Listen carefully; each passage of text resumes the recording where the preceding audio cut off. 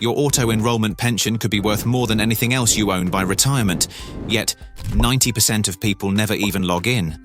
Pensions are boring and complicated, but understanding them now can seriously pay off. In this video, I'm breaking down the key things Gen Z and Millennials need to know, question and answer style, plus a quick guide to different UK pensions at the end. Is everybody automatically auto-enrolled? Not quite. You need to be between 22 and 66 and earn over £10,000 a year to be included in the scheme. If you meet those criteria, you're automatically saving because your workplace pension will auto-enroll you. If you're under 22, you're not automatically enrolled, but you can ask your employer to opt you in.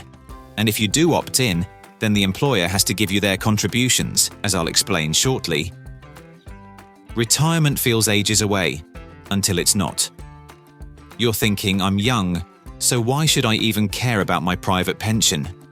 First, understand that a pension isn't a product. It's a tax wrapper helping you save money in the most efficient way. If you put £100 into your pension because the money is taken from a pre-tax income, and if you're a 20% taxpayer, it only costs you £80 to save £100. So it's a way of getting more money put away. And another reason why you should care is because the average Gen Z is already 21 years old and the average millennial is 36. Here's something I wish I'd been taught in my 20s rather than my 30s. It's to start contributing to retirement from the very first paycheck. Retirement feels so far away and like a future problem, but what you have now in your 20s that you'll never have again is time. So, take advantage of time and start contributing to retirement right now. It doesn't matter how little you can save a month. Every little saving counts later due to compound interest, which I'll explain soon.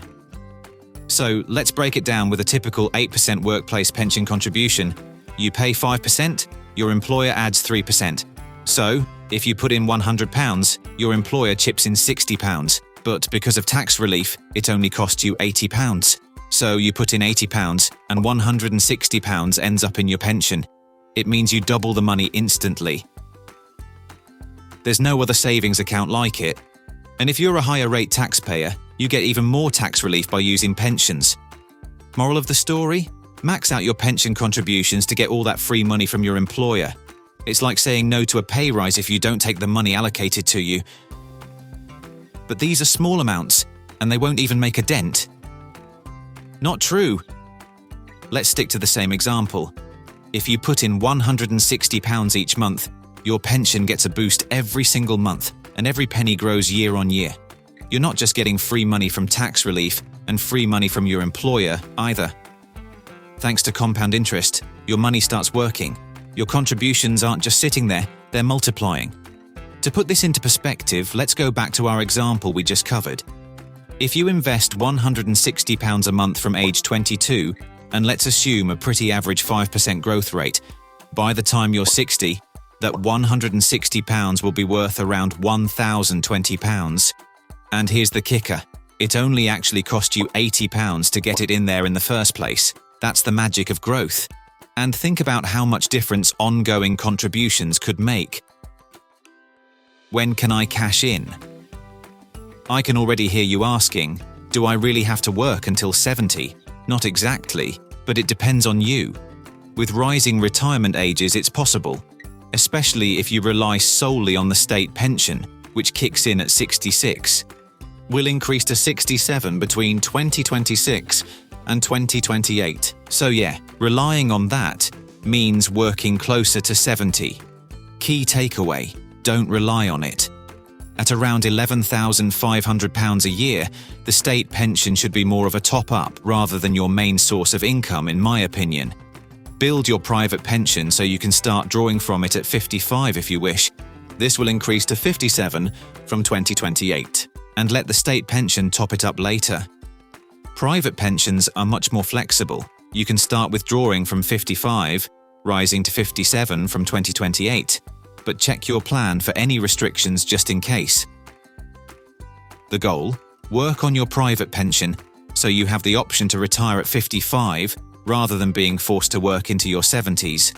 But note, you can't access your pension before 55 at the moment. If you want the option to retire earlier, save into an ISAs and invest in index funds. That way, you can dip into your ISAs before 55 if needed. You can also keep working. It's up to you to decide when the right time to retire is. How much is enough to retire comfortably? There's no one-size-fits-all answer. Will your pension be your only income? Are you planning to stay in pricey UK cities, or are you heading to a laid-back Spanish village, for example?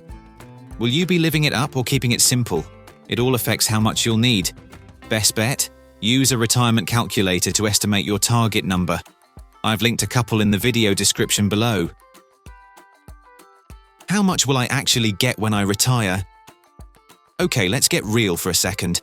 The state pension currently gives you about £11,500 a year, but that depends on how much national insurance you've paid in. Spoiler alert, don't bank on this to fund your future travel dreams.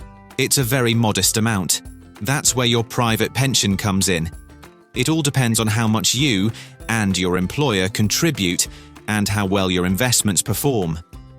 Instead of relying on the state pension, focus on growing your private pension, which you can access from 55. Much better than waiting until nearly 70 and scraping by. How much should I contribute to my private pension? Here's a handy rule of thumb. Aim to save a percentage of your salary that's half your age. So if you're 30, aim to save 15%. If you're 40, you're looking at around 20%. The older you are, the more you'll need to save to make up for lost time. However, if you started saving early, shout out to Gen Z, this rule may not apply as you have more time to invest and let your pension pot grow. Still, it's crucial to regularly review and adjust your contributions based on income changes, expenses, and your lifestyle goals. It's never too late or too early to start. Just don't leave your future self scrambling. Can I have multiple pension pots? Absolutely. In fact, if you've started saving later in life, combining a workplace pension with a personal pension can be a smart strategy. Why? Well, you get more flexibility in how you invest, plus those employer contributions are essentially free money. On top of that, both options come with tax perks, making it a win all around. Lost track of old pensions? Here's how to find them. We've all been there, switched jobs a few times and suddenly you can't remember which pension provider has what. No worries, the pension tracing service has your back in the UK. Whether it's a workplace or personal pension, they'll help you find it. I'll drop the link in the description below for you to check out. Do I keep contributing to my pension during maternity leave? Here's the deal. While you're on statutory maternity pay, SMP, your UK employer continues pension contributions for up to 39 weeks, thanks to the auto-enrolment law. After that, it depends on your contract. Aim to stay in your pension scheme and make sure contributions are based on your pre-leave salary. Can I withdraw my pension early? Yes, but tread carefully. If you withdraw your pension early and you're not seriously ill or in a protected occupation, you could face an income tax hit from HMRC of up to 55%. Yep, you hear that right. So unless you absolutely qualify for early withdrawal, it's best to let that money grow. Do I need to call someone when I retire? Yep, even though so much in life is automated now, your pension won't magically start paying out when you hit retirement age. You'll need to contact your pension providers to get the ball rolling. Forgotten pensions, are they at risk? Good news, in the UK, your forgotten pension pots can't just vanish. Even if you've lost track, they're still there, but they could be classified as unclaimed. What happens to my pension if I pass away? Your pension doesn't disappear as it's a part of your estate. If you've named beneficiaries, they'll inherit it. If not, it's a good idea to contact your pension trustee and make sure they know who gets what. Don't let the government decide for you.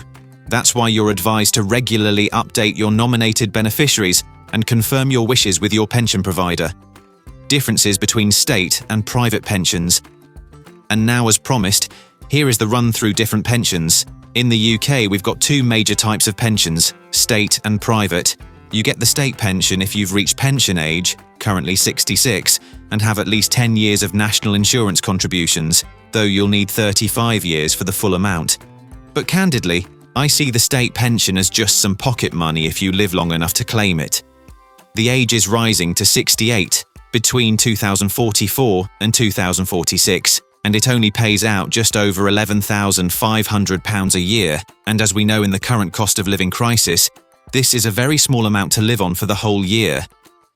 Think of the state pension as a basic safety net. It provides some support, but realistically, it won't cover even essential needs. And more importantly, state pension amounts can change based on government regulations.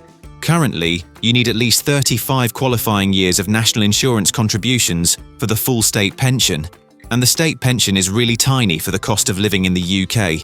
What really matters is your private pension. You can currently access it from 55 years old, but that's going up to 57 soon. Not ideal, but way better, and you have loads more control over it.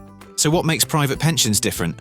Well, this is where the magic happens, but it comes in two main types: workplace pensions and personal pensions.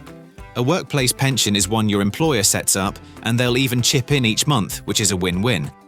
A personal pension? Well, that's all you, my friend. You're the boss of what goes in and how it grows. So there you have it. Your pension, demystified. It's not just for your grandparents, it's your ticket to living your best life post 9 to 5.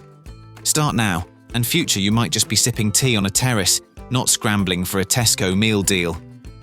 If you found this video helpful, please give it a thumbs up and share it with a friend who could benefit from it too. And if you haven't subscribed yet, hit that button. It's free and it ensures you never miss out on practical, no-nonsense financial advice. Your support helps keep these videos coming, so together we can all build a stronger financial future.